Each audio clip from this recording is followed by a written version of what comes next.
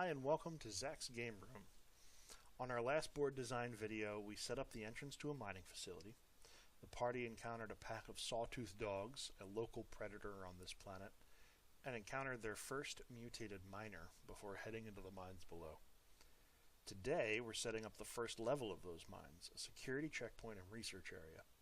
This is going to be set up as an ambush for the party, with the first room being an immediate threat for them to deal with, and the trigger to the first timer of the night, which is how long it's going to take the mercenaries to be ready for them. The second area is where they're going to confront the mercenaries. Now, this doesn't need to be a combat encounter. They'll have the ability to talk to them, but as soon as they start interacting with the mercenaries, it's going to trigger the second timer for the night, which is going to be a countdown for something bad happening on the next board. Now let's talk about that first threat. Originally, it was going to be some mercenaries dealing with sawtooth dogs to chase them down there, but that didn't seem right to me. Why would dogs be following the mercenaries down an elevator shaft? Why didn't they just board up the door and shoot at the dogs? So I decided I was going to change it out and use a pack of mutated miners. That pack is going to be a 5-heart monster. It's going to have one action for every heart remaining, and it's going to get a +6 to all of its attempts. This is a kind of mirror to the mutated miner they saw in the previous board. It's going to move through 3 different actions. It's going to have a action that I'm calling Weight of the Mob, where 2 or more of them try to tackle somebody down and pin them to the ground. That's going to be a dex check to avoid. It's going to have an action that I'm calling Strong but Confused, where they strip you of your weapons and then use them against you on the next turn. Again, a dex save to prevent it from happening. And then they'll have a generic close attack where they can do some basic damage.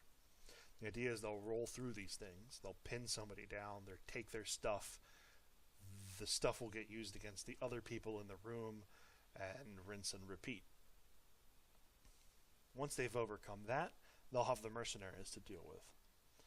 Now, the mercenaries are going to be 1-heart creatures. They're going to get a +2 to all their attempts, and they're going to have basic melee and ranged weapons. They'll have a combat knife and some type of rifle so they can do weapon damage.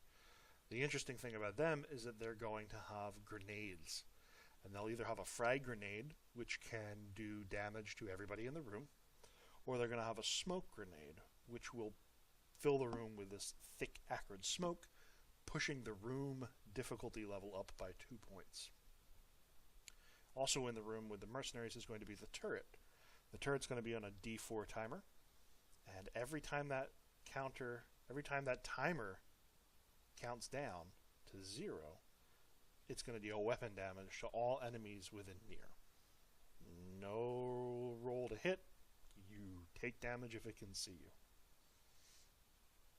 So now as we look up at our map here, it's mostly laid out. I've got the floor, I've got the window dressing. I'm starting to put down the tokens. That first token is going to be the mob. Then we're setting out all the mercenaries, a few in the front, just as a lure. The rest of them are around the corners, so they'll try to pull them back if there's a fight and ambush them from behind, and they'll have that turret firing at them the whole time. We also need some treats throughout this room. So we have some computer terminals. Those are good natural treats. We have those strange tanks along the back wall, which are going to have maybe mutated miners inside of them, or maybe some weird experiments. But we're also going to have the ubiquitous chests and boxes. And these chests and boxes are by 2-minute tabletop.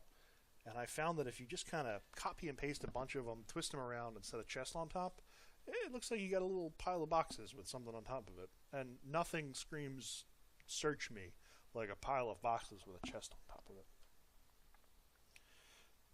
So a quick thing about the art, all that little sci-fi doodads, those computer terminals, the tanks, they are all made by Simon Powell, who has them up on the Roll20 marketplace as sci-fi floor tile sets number 2. And I've hacked them apart and taken the pieces out of it that I want. And now we're laying out the dynamic lighting boundaries. Now I do the dynamic lighting boundaries in different colors. I use one color for the walls, and I use a different color for the doors. And you'll be able to see why in a moment. By by making the doors a different color, I can go back and I can delete them as people reveal more and start passing through doors. Now when you make doorways, you gotta check your lighting. As you can see, the first one I did, the door was entirely too small. I didn't think it looked nice. I didn't think it gave enough view as people move around the wallway and start checking and stuff, so I made a bigger one. And even making that bigger, it still had some weird artifacts, so it took a few minutes to figure out exactly how to lay it down so that it looks nice. And what I ended up doing was starting with an overlap. There, you can see it. And that overlap means that even if you push your token up against the wall, the lines still look pretty. You can see that now as I test everything out.